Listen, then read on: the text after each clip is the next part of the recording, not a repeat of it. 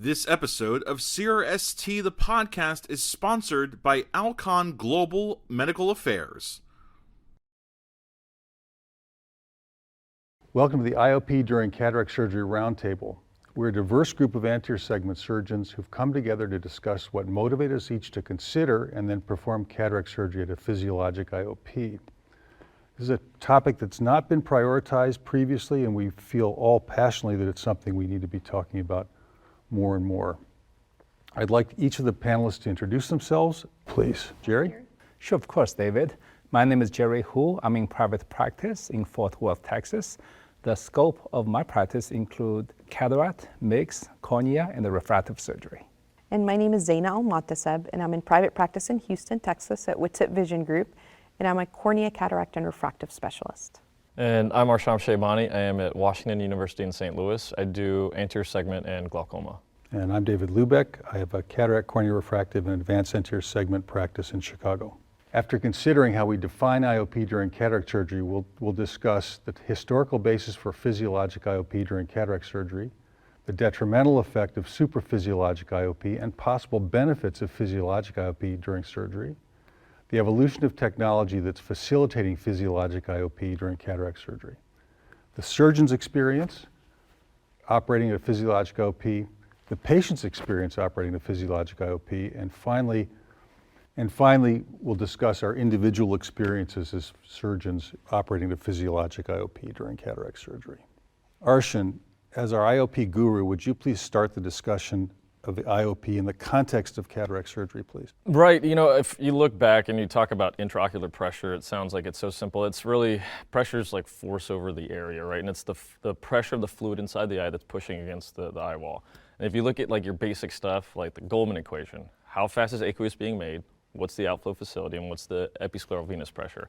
Cataract surgery is very similar. You have an ingress of fluid and things are moving out. And so you need to balance that. If you don't have a good balance between that, you're going to raise pressures or lower pressures, and that can cause all sorts of issues in the eye one way or the other. The concept of phacoidynamics was originally brought to all of us by Barry Seibel and his classic text, Phacoidynamics. It's had 4-edition publication, and the most recent was 1994. Since then, we really haven't delved into the nuance of phacoidynamics, thus the reason that we're here today, and thus the importance of regenerating the discussion about fluidics and the way our systems behave.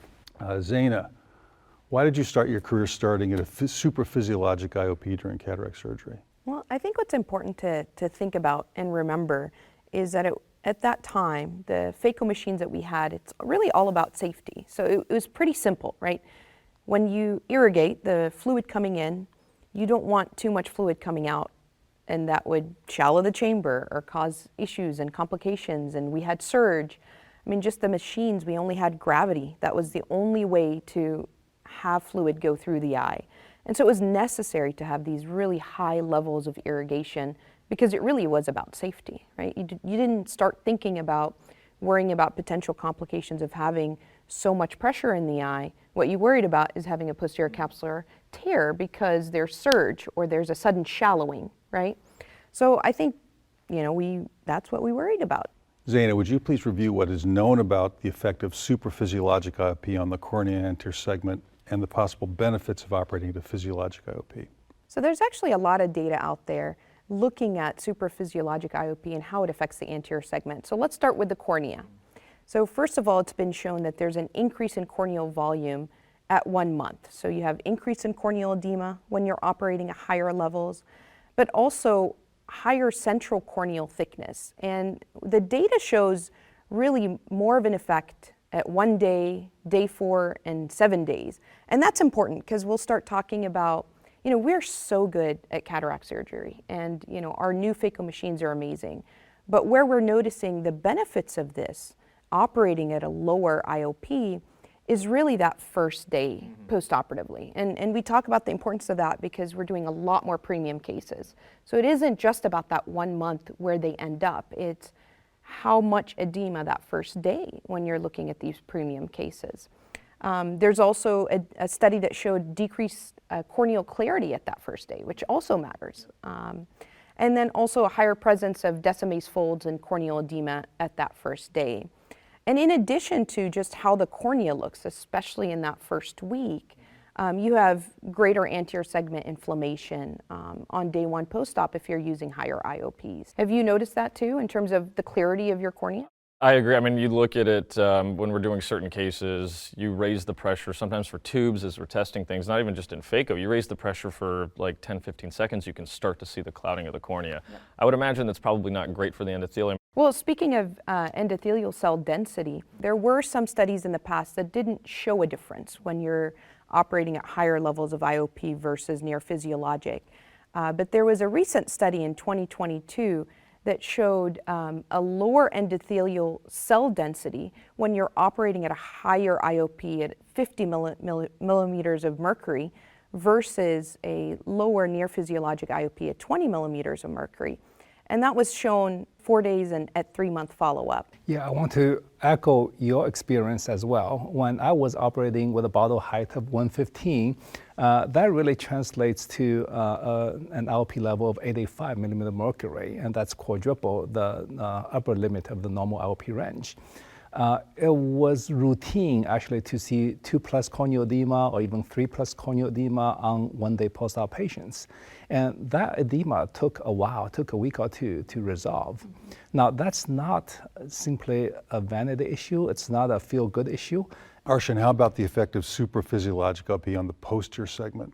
You know, the posterior segment depends on how you want to look at it. We can talk about optic nerve, which there's not a lot of great data on what that's doing to the optic nerve in the long run. Certainly, we've seen patients, glaucoma patients having cataract surgery that have had snuff or unexplained vision loss after cataract. That's been routine. Could be a pressure-related thing, could be something else. But if you look at studies that are doing just angiography, so OCT angio, once you get pressures above like 60s, you can actually have quite a bit of capillary dropout in the macula, to the point where on the diastolic side of their blood pressure, as they measure it, you lose perfusion completely sometimes. Now that correlates with macular thickness, so if you have pressures that are a little bit higher than normal, you do have macular thickness that kind of sits around a little bit longer compared to patients that had more physiologic IOPs during the surgery. And I think we've all seen patients where everything else looks so good. Why is your vision not quite 20/20, right? I agree with you, Ashen. You just reminded me that as LASIK surgeons, we see this phenomenon all the time, every time when we create LASIK flaps. When we apply the LASIK suction ring to patients' eyes, what do we tell the patients? Well, you're going to lose your vision. The vision will go black for a couple of minutes. Now, just imagine, the LASIK suction ring increases the IOP level to high 50s, maybe low 60s, and then we're inducing a very similar rise in IOP level in cataract surgery, but on a much larger scale and for a longer duration. The evolution of phaco technology provided the foundation for us to rethink IOP during cataract surgery. Each successive generation of systems lessened the need for supraphysiologic IOP. Neither the surgeon community or industry really prioritized the discussion about lowering IOP during cataract surgery. I'd like to go to the dark ages of phacoemulsification. So pre-2003, we were using only longitudinal phaco, which, as you know, cores the nucleus, and as it does so, it creates chunks of nucleus which into the tip. We were also using flared tips. The 1.1 Kelvin was my favorite, probably Jerry, as was yours. Great cutting efficiency, but the tapering would cause clogging. To overcome the clogging, we'd have to increase our flow and vacuum rates. And because incisions and sleeves weren't well matched, there was a lot of fluid egress, a perfect storm of needing extremely high infusion pressure to maintain chamber stability. Well, I agree with you, David. Now that you mentioned this, it brought back bad memories. I trained in the late 1990s on the legacy system. And when I began my practice in 2003, Infinity just came out. With the legacy and Infinity systems, as well as many other systems that are based on gravity-pushed fluid infusion, it wasn't uncommon to require a second bottle of BSS. Do you remember that? In long cases, complex cases? And nowadays, in comparison, we routinely use less than 50 cc's of BSS in most cases, and oftentimes as little as 20 cc's. Now, the more fluid we push through the anterior chamber, just like the more ultrasound energy we consume, the more exogenous environmental factors we expose our corneal endothelial cells to. So passive fluidics systems are not cornea-friendly by any means. You've brought us to the first pivotal point in the evolution of technology for low physiologic IOP during cataract surgery. Infinity brought a reduced incision size to 2.2 to 2.4 with well-matched blades and sleeves so that fluid egress was eliminated from the primary incision. Chambers became more stable. Then came torsional ultrasound in 2018. What that did, interestingly, was by having a torsional motion instead of a longitudinal, it shaved nucleus, didn't create plugs of it, so the plugging decreased. With that, we decreased the likelihood of surge and we improved chamber stability, but we did not, as a community, start talking about lowering our bottle heights. Centurion in 2013, of course, further improvements in fluidics in the balance tip, which is no longer flared. All of the obstacles, all of the issues which led to surge have been eliminated. We were operating more efficiently, higher flow rates, higher vacuum, decreased OR time, decreased fluid use, but still the majority were sticking to their bottle height or IOP of between 50 to 60 IOP, which translates to a bottle height of between 80 and 110. Mm-hmm. Let's go clinical. As surgeons, we would like to share our experiences as we chose our strategies to transition to lower IOP during cataract surgery. Jerry, why don't you take us through your growing as a surgeon? Sure, thank you, David. When we lower the IOP target in the operating environment, the first question that comes to mind is, will that make the anterior chamber less stable? And will that decrease the efficiency of the surgery? Well, there is this group in Japan headed by Dr. Kakuban. They did a very nice study comparing surgeries performed at supraphysiologic level of 50 versus more of a normal physiologic IOP level of 20. They used very similar vacuum levels and aspiration flow rate, as well as ultrasound power settings.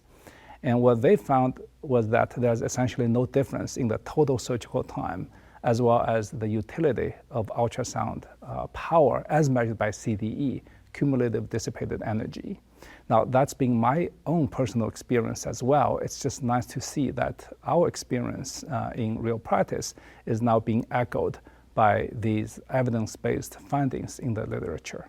And Jerry, to add to that, I think that's an important point for people who are considering, for example, lowering their IOP, is things are going well for them, right? They're doing great cataract surgery, they're efficient, and they, it's a really important study because it tells you you're not going to lose efficiency.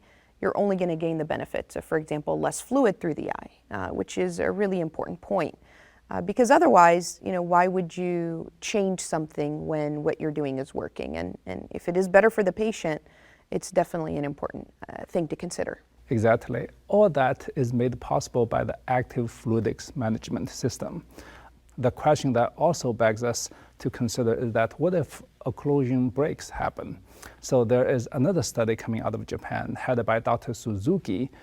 They did some really great work on pig eyes.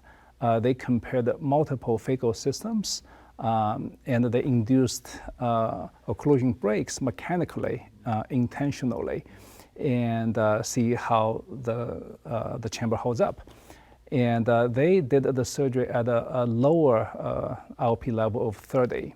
And what they found was that Centurion with active Century handpiece actually induced the lowest, the smallest change, the lowest variability in the anterior chamber depth, whereas the other systems that are more gravity-based all collapsed or shallowed the chamber to a greater extent. So again, that echoes our own personal experience that we may be talking about safety when we talk about the fluid management systems, but really it's not making our surgeries less efficient, but rather it's making our surgeries more efficient. Now we can push the pedal to the metal, so to speak. We can max our phaco parameters. We can increase our vacuum rate, we can raise our aspiration flow rate, and we can minimize our ultrasound because the fluid is being managed, the chamber is being maintained. And all that is made possible by the active fluidics management system. When we were relying on gravity to push the fluid through the infusion tube into the anterior chamber, we are subject to one variable. And now we have real-time in vivo sensing of the IOP level. So the system dynamically compensates for the egress of fluid. So in fact, the sensor will sense the real IOP level, and if it drops below the target level, the pressure plates will compress on the BSS bag, and it can increase the inflow of the BSS into the chamber to maintain the chamber stability. So the system actually does the job for us. We can take the mind off of the IOP or the chamber stability and focus on improved efficiency. We're talking about surge, right? We're talking about the original concept of surge, which is anterochamber instability, call it what you will, but it's the shallowing of the antechamber or capsular bag or both as nucleus or cortex are being removed. The studies of surge volume show clearly that the newest fluidics management systems with sensing and with pressurized infusion have minimized those surge volumes to such a low level that there is really no perceptible change in anterior chamber depth or capsular bag depth as we're going through the routine steps of surgery. Transitioning from supraphysiologic IOP to physiologic IOP during cataract surgery. Fears, obstacles to overcome, what were each of your individual experiences, both for yourselves and now teaching residents and fellows? Zaina? Yeah, I can start. And we do this, in terms of education, working with residents. It is important to not just go from what you're doing to a completely different thing in a sudden way. I think the most important thing is to really do a gradual shift. And so if we're talking about IOP, it's very smart to do it in a steady decline in terms of IOP. So decrease it by 5 millimeters of mercury, notice the stability, notice the fact that there's no change in efficiency, do a few cases that way, and then sort of drop it a little bit more over time. So I think the key is doing it slow, understanding that the safety and the efficiency should be the same, but then just getting comfortable with that idea. Do you recommend any other parameter changes along with decreasing the IOP? No, but I do want to echo what she said earlier. I mean, it is kind of like you get to a point of set it and forget it because the machine just takes over and keeps you stable, I think, probably regardless of where you're at within a certain parameter. I don't know if people are going to notice like a dramatic change. Yeah, I can look back on my own experience of transitioning.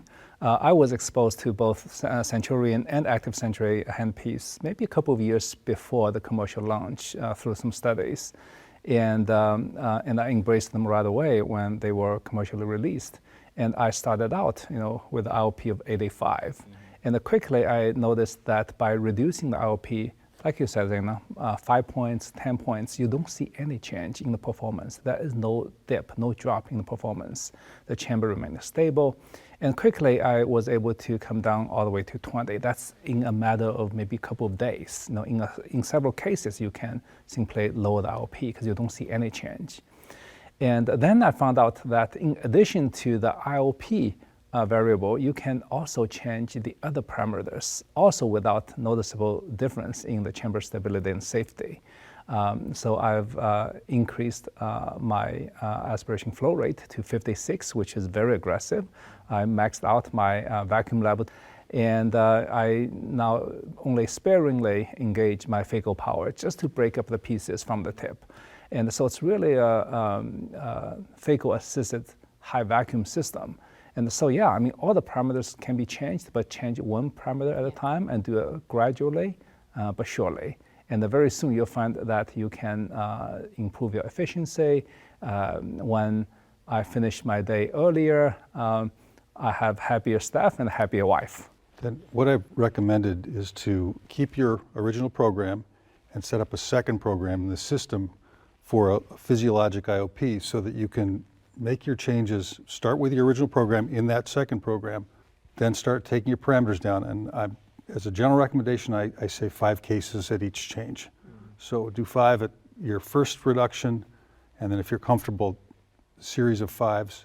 The ability to have 2 programs, you can at any point, if you're not sure, just go back and forth. You want to see what it was like with your original and flip to your new, and I think we will all concur that it's likely that you won't really see a difference, but knowing that you have your original settings available immediately without a delay, and those I think are the essentials. And then lastly, just committing to put fears aside, the fears that we all recognize them, right? Recognize the fears, put them in the right place, and then understand that the capabilities of these systems should overcome them. Right, but David, you just mentioned a very, very important point.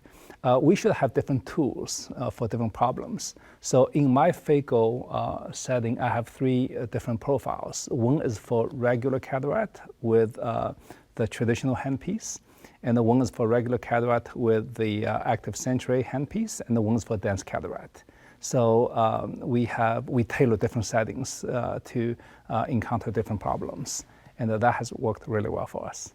Yeah, and I think it's sort of back to the concept of fear. I think it's nice to be comfortable that technology has come a long way. Things have changed, and they've changed a lot in the past 5 years. And I think that's the key, is that there have been significant improvements, and it's nice to be able to follow with that and understand that we're very lucky, because going to near physiologic IOP, again, it goes back to what you were talking about. It's not going to affect your efficiency, and it's not going to create more complications. And that change comes not only from the industry side, but also from the surgeon side.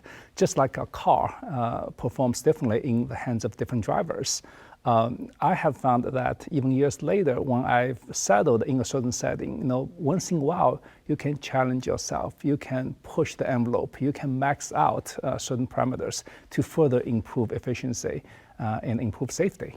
Well, I hope that we all want to continue evolving as surgeons, and we encourage our colleagues to do the same. And part of that evolution is really often rethinking, questioning and rethinking and asking, can we be doing something better than we're doing it, and should we be doing things differently? Well said. I'd like all the panelists to comment on how their patients' perspectives have been impacted by these parameter adjustments. We were talking about this a little bit earlier, where you can tell, patients can tell when the pressure's up. I mean, it feels like a just mashing pressure. That's one aspect of it. When they have this transient amaurosis from you compressing their vasculature and lights go dark, that's a very unsettling feeling for some. And then for me, I think the biggest thing is still the changes in IOP that occur between steps, between irrigations and phaco steps, and that can be very jarring for a patient. And to add to that, I think for me it's really the change in definitely having high pressure, but going from normal pressure, and then you insert irrigation, and then you suddenly have really high pressure. So to decrease sort of that shift of high to low, because I think that causes more issues than just being at a stable, pretty near close pressure. So I think that's one point. But also, with a lot of us doing more premium cases, it's really that second day that you come after surgery. The way the corneas look, and sort of the whole experience, especially if it's in those premium patients. So that's a big thing that we're noticing. I want to echo both of your experiences that a lot of my patient feedback is relayed to me through referring or co-managing optometric colleagues. And it's funny that I've been operating at IOP level of 20 for 8 years. And right now, occasionally I would get a call from the co-managing ODs seeing one-day post-ops, and they will see a 2+ corneal edema. And honestly, they don't recognize it. Now, the new graduates, they've never seen them, in my patient population, and even well-established, experienced veterans, they need a refresher now because they see it so infrequently. So that's a testament to how far we have come along. We would all now like to offer our tips, pearls, and advice to our colleagues who would like to operate a physiologic IOP. Along with that, I pose the question, if you were having cataract surgery, what IOP would you like to be used during your procedure? I think we touched on it. I would want it to be the lowest possible pressure that still maintained chamber and kept it safe. Yeah, I agree. I would want near physiologic IOP without compromising efficiency and safety. And I think that's the key. And really the pearls is take it slow, see what we're talking about, and try lowering your IOP. If I were to have cataract surgery today, I would demand that my IOP be maintained at around the physiologic level of 20 throughout the entire duration of the case.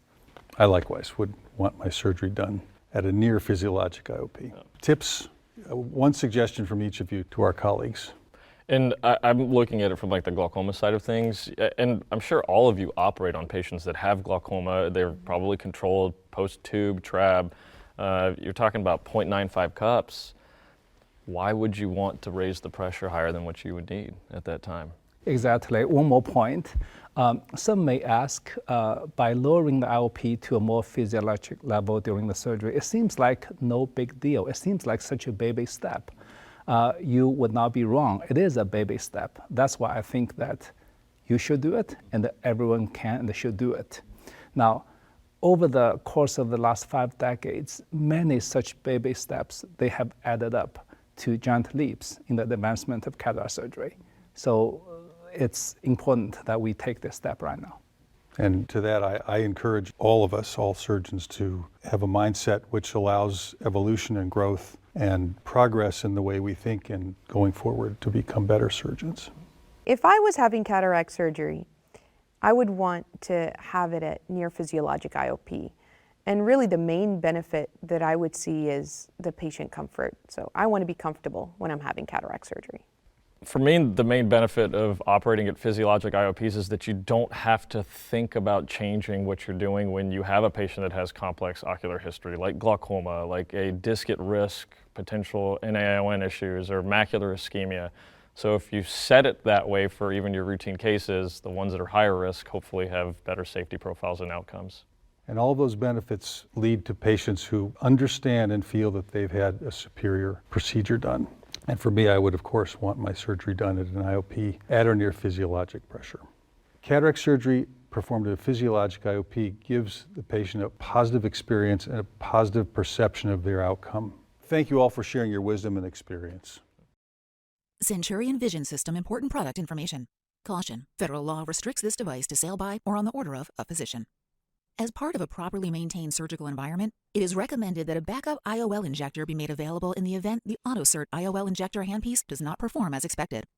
Indication. The Centurion Vision System is indicated for emulsification, separation, irrigation, and aspiration of cataracts, residual cortical material and lens epithelial cells, vitreous aspiration, and cutting associated with anterior vitrectomy, bipolar coagulation, and intraocular lens injection. The AutoCert IOL injector handpiece is intended to deliver qualified Acrosoft intraocular lenses into the eye following cataract removal. The AutoCert IOL injector handpiece achieves the functionality of injection of intraocular lenses. The AutoCert IOL injector handpiece is indicated for use with the Acrosoft lenses SN60WF, SN6AT1, SN6AT3 through SN6AT9, as well as approved Acrosoft lenses that are specifically indicated for use with this inserter, as indicated in the approved labeling of those lenses. Warnings. Appropriate use of Centurion Vision System parameters and accessories is important for successful procedures. Use of low vacuum limits, low flow rates, low bottle heights, high power settings, extended power usage during occlusion conditions, beeping tones, failure to sufficiently aspirate viscoelastic prior to using power, excessively tight incisions, and combinations of the above actions may result in significant temperature increases at incision site and inside the eye and lead to severe thermal eye tissue damage. Good clinical practice dictates the testing for adequate irrigation and aspiration flow prior to entering the eye. Ensure that tubings are not occluded or pinched during any phase of operation. The consumables used in conjunction with Alcon instrument products constitute a complete surgical system. Use of consumables and handpieces other than those manufactured by Alcon may affect system performance and create potential hazards. AEs, complications. Inadvertent actuation of prime or tune while a handpiece is in the eye can create a hazardous condition that may result in patient injury. During any ultrasonic procedure, metal particles may result from inadvertent touching of the ultrasonic tip with a second instrument. Another potential source of metal particles resulting from any ultrasonic handpiece may be the result of ultrasonic energy causing microabrasion of the ultrasonic tip. Attention! Refer to the directions for use for the accessories, consumables, and operator's manual for a complete listing of indications, warnings, cautions, and notes.